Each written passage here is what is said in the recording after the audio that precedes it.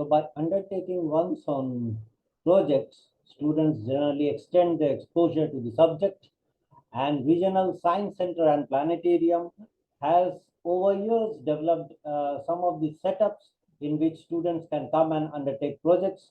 We do have projects on instrumentation, data analysis, theoretical formulations, and students do come and take up a lot of projects. Now, some of the projects which I will be describing in this presentation are measuring height of lunar mountains and crater depths, like distances of the rings, inner and outer ring of Eskimo Nebula, dynamics of the sun, and some of the other projects which you will be seeing here. So the general method which a student follows while taking up a project is that they have to capture certain image using telescopes and record it in a camera. Then they have to process the image, take certain measurements, and they have to form a report and present it before the audience. So this is the general structure of the project. So the first project which I will be demonstrating is measuring the height of a mount called Pico on our lunar surface. So the students actually captured the image, then determined the location of the mountain, measured the height, and then converted the image into pixel and the calibration. And ultimately, they found out the height of the mountain and the depth of the crater. So I will be illustrating what was done. And the tools which were used are actually shown on the left-hand side of the slide. You can see they have used the 11-inch Celestron professional computerized refractor telescope, and they have also used image processing Registack software. So first was the capturing of the image. They have captured the image and they have processed the image using Registack software. So you can see the images which were captured using the camera, next image camera, and it was done in the year 2012 by some of the students who have come to the Science Center. So this was the final processed image. You can see this is the Mount Pico, whose shadow is this one, and they will be measuring the height of the Mount Pico and the depth of this crater. So this was the image, final image, which they will be working on it. So the first image was converted into a binary, and then it was made into a white pixel image by removing all the noise in the image, and this were done using the MATLAB. And then there was a calibration based on the optics of the telescope which was used, and ultimately there was a conversion factor which was calculated from that one pixel represents how many kilometers, and it was shown that one pixel in this particular instrument setup amounts to 0.81 kilometers. So with this measurements, actually, people started taking the length of the shadow, counting the length of the shadow, and they found out the shadow length to be so much kilometer. But then they have to make the tilt correction, and also first the tilt correction factor was taken, and this was taken from the literature. As you can see, this formulation was used, and then they had the sun angle of that particular at that particular time when the experiment when the images were taken, and they formed the tilt correction factor using the latitude, longitude, and the tilt correction, and they found out the correct length of the shadow, and from that they calculated the height of the mountain. As you can see, the height of the Pico mountain came to be around 2.48 kilometers. So then they found out the percentage error based on the from the literature. They got the original value and they calculated. So in this, though better processing and better things which can be used to improve the result, but nevertheless they have undertaken to take up the process, and ultimately they found out a way. So this was one of the projects which some of the students have undertaken in our planetarium setup to find out the height of the lunar mountain Pico, and then subsequently they went to find out the depth of the lunar crater. Another project which I would like to illustrate is the finding out the inner and outer ring of Eskimo Nebula. So in this also, actually, as you can see from the slide which is presented here, that they pre-processed the image and then finally that processed it and got the final image, and using astrophotographic tool and Cyril, Photoshop, all these softwares, they count out the apparent magnitude, and then they got the absolute magnitude, and ultimately they found out the distance of the nebula and also the radius of inner and outer diameter. So this was one of the projects. I will be showing you some of the specific details of these things used. And you can see the tools which were used are Canon EOS 450D camera, Celestron 11-inch CPC,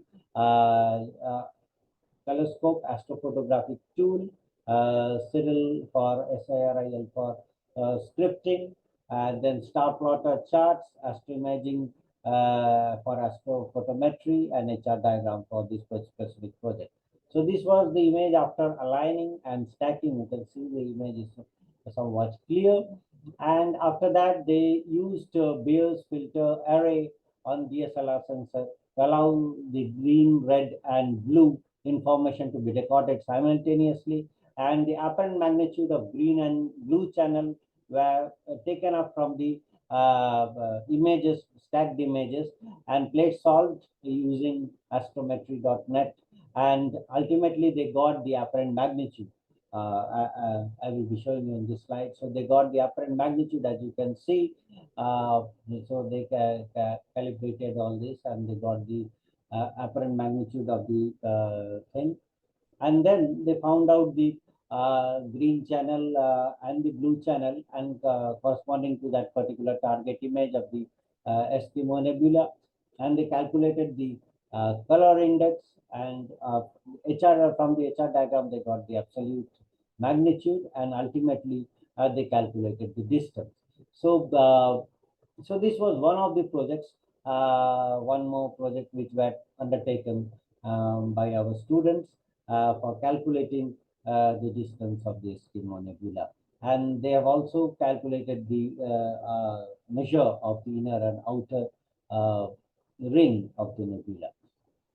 So as you can see that they found out the RA and deck from the image of the inner ring as well as the outer ring, and ultimately they found out the radius of the ring and the diameter of the ring. So outer diameter and inner diameter is exhibited here.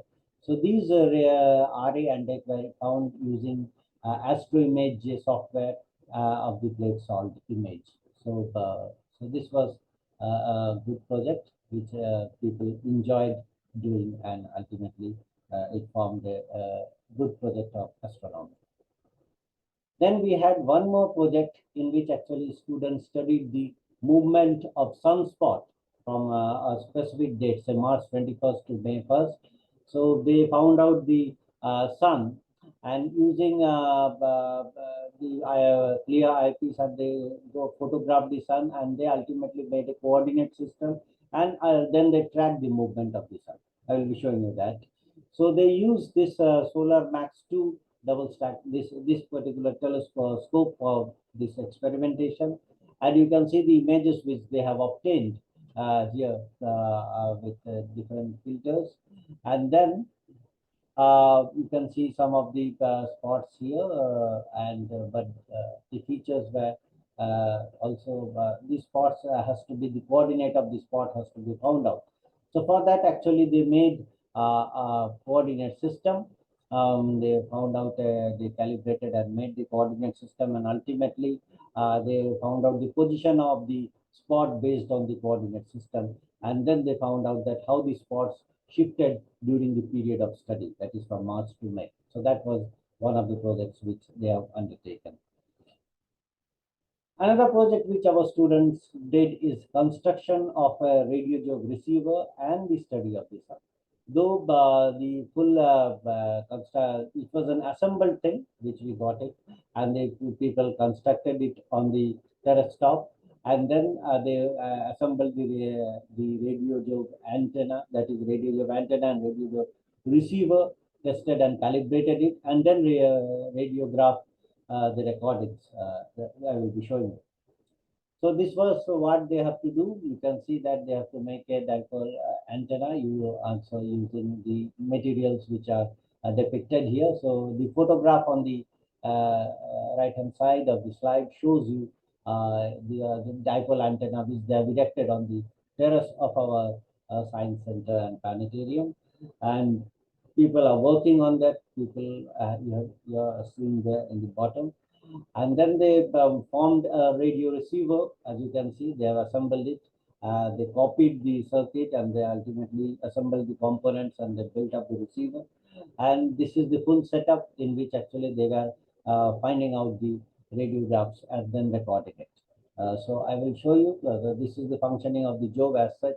You have the antenna and then it passes to RF band pass filters and then it comes with a radio amplifier and then it makes the sound and it also extends and gives the radiograph. So that's what is shown in the next picture. So this was one of the radiographs using SkyPipe software. It was the radiograph of the sun on May 16, 2019. So this was one, and corresponding one white photographic image is shown, which was taken from Kodaikanal Observatory to correlate if there is any particular activity on the sun. So they have found out another date, say May 25th. I have given some sample images on this. They have taken some other images in between dates also. And ultimately, based on all this, they found out that there is no major activity during this time. So anyway, so in the full process, actually in this 10 days, they have taken the measurement, they have erected the radio telescope, assembled it. So it formed an experimental setup in which actually they assembled an instrument and ultimately assembled an experimental setup and ultimately took data and did certain analysis. So these are the few projects which were undertaken in our planetarium and science center environment, which acted as a remote classroom away from the tools which were used away from the classroom to understand astronomy as such and practice and get a taste of the experimental method. Thank you very much.